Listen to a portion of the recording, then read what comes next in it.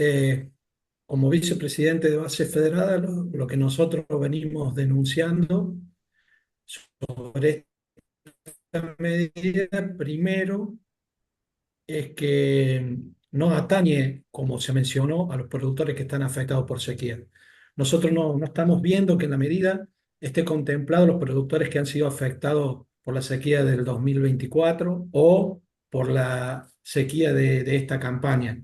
No hay beneficio alguno para esos productores porque son productores que no tienen soja, porque si le fue mal en el 2024, la soja le puede haber alcanzado lo que cosecharon con mucha suerte para cubrir esos costos y que ahora se encuentren endeudados y que si en esta le falla, tampoco van a tener soja para vender y si no tienen soja para vender o lo poco que tengan, van a percibir ese beneficio, ¿no? de la rebaja que está anunciada. O sea que primero descartar de una que no le va a llegar ningún tipo de beneficio a los que más lo necesitan, porque lo que nosotros estamos solicitando ante la desaparición continua y que ahora se ha acelerado de productores son medidas para esos productores, para los que más complicado la tienen para sobrellevar esta situación. Así que a ellos, a esta medida no los favorece para nada. En segundo plano, para aquellos que tengan soja almacenada y que están viendo de vender o que tengan una buena cosecha en esta campaña, el beneficio que se anuncia es similar al dólar soja, al cual nosotros habíamos comunicado que estábamos en total desacuerdo con ese plan anunciado por el gobierno anterior, el dólar soja 1, 2, 3, 4. Bueno, es similar. ¿Y por qué es similar? Es similar porque lo único que está diseñado es con un fin recaudatorio, es de hacerse de dólares. Entonces, se despreocupan de la situación del productor y solamente anuncian algo para la sociedad, haciéndole ver que nos vamos a favorecer los productores, y no es así. Y el único fin que tiene es de cómo pueden hacerse rápidamente de dólares. Y además, la incertidumbre es tan grande hoy que no sabemos si esos productores que tienen soja van a liquidar, porque, digamos, la normativa no termina siendo clara. Se anuncia, por ejemplo, para soja un descuento del 7%, pero está atado a condiciones de venta y de cumplimiento de los exportadores. En definitiva, de ese 7% para soja que fue anunciado, el productor no sabe en cierta forma de cuánto de ese 7% le va a llegar, porque ahí el exportador va a tener costos financieros porque tiene que adelantarle los dólares al gobierno, al Banco Central. En definitiva, una palabra que podría caber es mucha incertidumbre, poca claridad, no están contemplados los productores que más lo necesitan y por ende nosotros no estamos para nada de acuerdo con, con esta implementación, ¿no?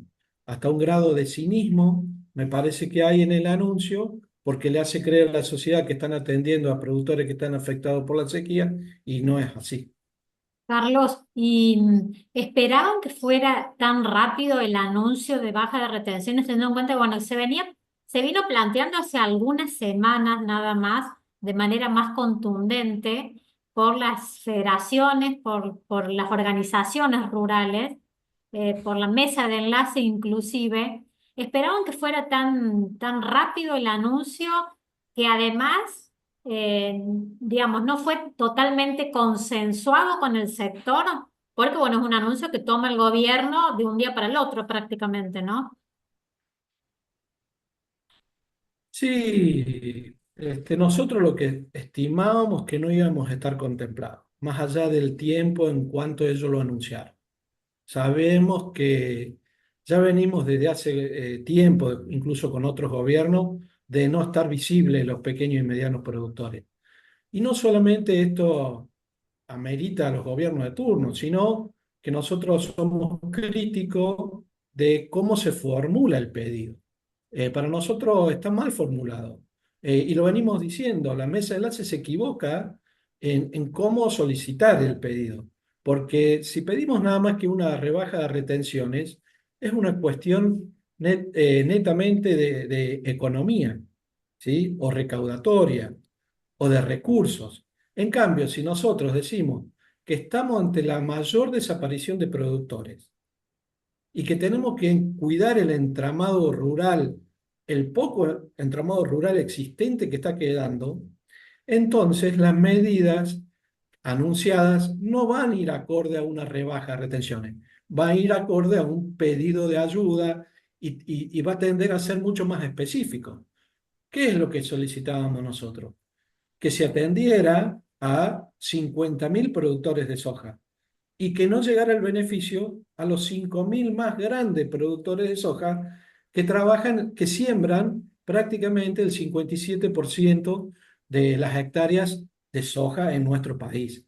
Entonces, como el pedido está mal formulado, y esto es un problema que se reitera por más de 20 años, y es una de las cuestiones por las cuales nosotros nos apartamos de Federación Agraria, porque no atiende la problemática de la concentración, y nosotros decíamos que de esta medida tendría que haberse tomado un fondo, llámese el nombre que quieran, porque acá decir una palabra o la otra parece que da pie a que ese pedido no llegue. Entonces, el problema no es el nombre que se le ponga, sino el método que se utiliza y a quién beneficie. Nosotros solicitábamos que esta quita de retenciones tendría que haber sido del 0% para esos 50.000 productores. Y si no pudiera ser el 0%, que fuese de alguna medida gradual, atendiendo el 0% para los primeros 5.000, 10.000 productores, después gradualmente una quita menor para los demás, pero atender sí esos 50.000 productores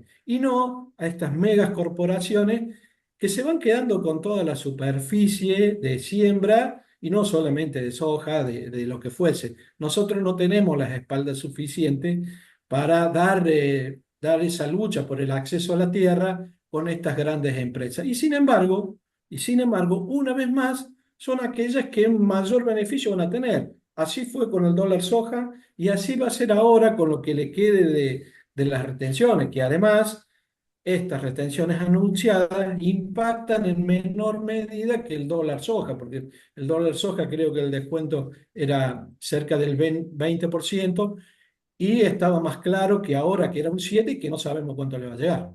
Es decir, que los próximos meses los productores van a liquidar como se esperaba, a pesar de que no es suficiente esta baja de retenciones. Y además anunciaron que es temporal. ¿Creen que pasadas las elecciones de este año y elecciones de medio término puede cambiar nuevamente el escenario, digamos? Todo va a depender en cómo están, digamos, aquellos que aspiran a los intereses eleccionarios. Porque en definitiva, lo que vemos es que los gobiernos cambian, pero las medidas siguen teniendo ese fondo.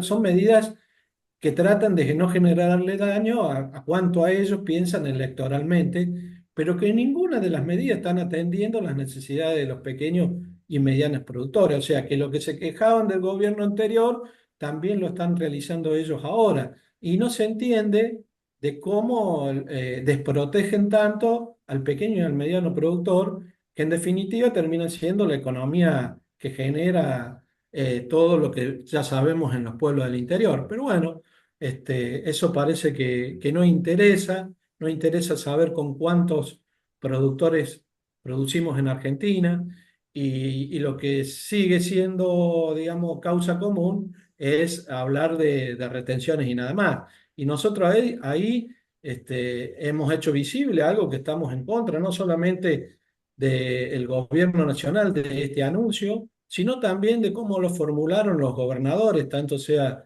de Entre Ríos, de Santa Fe y de Córdoba, que una vez más cometen el error que mencionábamos antes. Hablan nada más que de la baja de retenciones y explican que es necesario que el sector tenga rentabilidad. Y ahí está el error. Nosotros necesitamos que los gobernantes se ocupen de decirnos con cuántos productores vamos a producir en Argentina. Porque fíjese qué pasa, incluso en el anuncio de las retenciones cero para las economías regionales, que al asumir este gobierno ya estaban en cero y la subieron, ahora la vuelven a vacar, pero el problema no pasa a ser solamente el tema de la retención es cero para las economías regionales. Hoy estamos transitando con un problemón que es la importación de alimentos. Están importando tomate, cebolla, zanahoria, citrus, cerezas, este tipo de importación, carne de cerdo, todo este tipo de importación de alimentos genera cuantioso daño al productor, porque no pueden competir. Nosotros no podemos competir en agricultura con estas grandes empresas que trabajan más de 100.000 hectáreas. Y a su vez, los pequeños productores que están a cargo de todo el tema del cinturón verde y de todo este tipo que están afectados por la importación, tampoco pueden competir con productores de otros países que sí son subsidiados. Porque fíjese acá uno de los problemas que nosotros vemos. Dice, no queremos subsidio. Ese es el discurso de la mesa de enlace. Nosotros, de la mesa agroalimentaria, decimos que sí, que debe haber subsidios para distintos tipos de producciones, de acuerdo a la escala, como en otros países, como en el resto del mundo, que tratan de que ese productor que está viviendo en el campo o que está en un ámbito rural no deje la producción. O sea, no quieren que se rompa esa matriz productiva. Bueno, acá parece que no, todo eso no, incluso nos han sacado todo tipo de beneficios que estaban generados en el tema ovino, que incluso en el tema que fijaba el precio para la hierba, que es otro producto que lo están importando. Todas estas cosas, que algunos tipos de beneficios que nosotros teníamos, vía el INTA, cambio rural, todo eso quedó desafectado. Entonces, ¿ante qué nosotros nos vamos a encontrar? Ante el mayor exterminio de pequeños y medianos productores. Esto no va a quedar otra, porque incluso la desaparición, una de las más grandes desapariciones que tuvimos, fue en los años 90 y que incluso en esos años no teníamos retenciones. Entonces, luchar contra productores de otros países, no va a poder resistir el productor eso. Y además para la sociedad será beneficioso los primeros meses porque sí va a tener algún tipo de impacto en los alimentos que pueden ir a buscar en las góndolas. ¿Y qué va a pasar con el transcurso de un par de meses cuando empiecen a desaparecer granjas de cerdo, cuando empiecen a desaparecer productores del cinturón verde? ¿Quién va a producir alimento? ¿Van a importar todo? No, no van a poder importar todo. Entonces ahí la sociedad se va a encontrar con que la falta de producción de productos que podemos producir en Argentina no lo va a tener y por ende esos alimentos van a ir también a la alza. Entonces, esta película nosotros ya la vimos en los 90. No tiene por qué cambiar. El resultado va a ser el similar. Y nosotros lo que estamos diciendo es que de las 200.000 unidades productivas que quedan, que son menores a las que estaban en 1912, fíjense el nivel de concentración, de esas, y estimamos que cuando finalice el mandato de Javier Milei, no van a quedar más de 150.000 unidades productivas en Argentina. Y bueno, ese sería para nosotros el debate a dar. Por eso estamos solicitando audiencia con los gobernadores, para que escuchen otra campana y que tengamos la posibilidad de plantear de un modo distinto, porque ya sabemos cuál ha sido la respuesta durante los 20 años, de cómo poder salvar la situación de estos productores que seguramente van a tomar la decisión de dejar el campo y alquilar. En el caso de las organizaciones rurales, ¿están de acuerdo entre las mismas? Porque, bueno, hay algunas disidencias, ¿no? Entre Federación Agraria, digamos, la mesa de enlace actúa en conjunto pensando en sentarse a debatir, como decís vos, medidas serias y a largo plazo, o no hay consenso interno y, bueno, aceptan estas medidas del gobierno que de alguna manera hasta son celebradas, ¿no? Por algunos.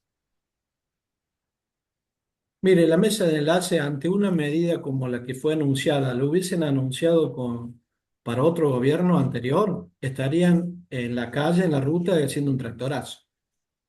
Entonces nosotros vemos que ante una misma medida, en algunos casos es ninguneada y en otros casos es aplaudida.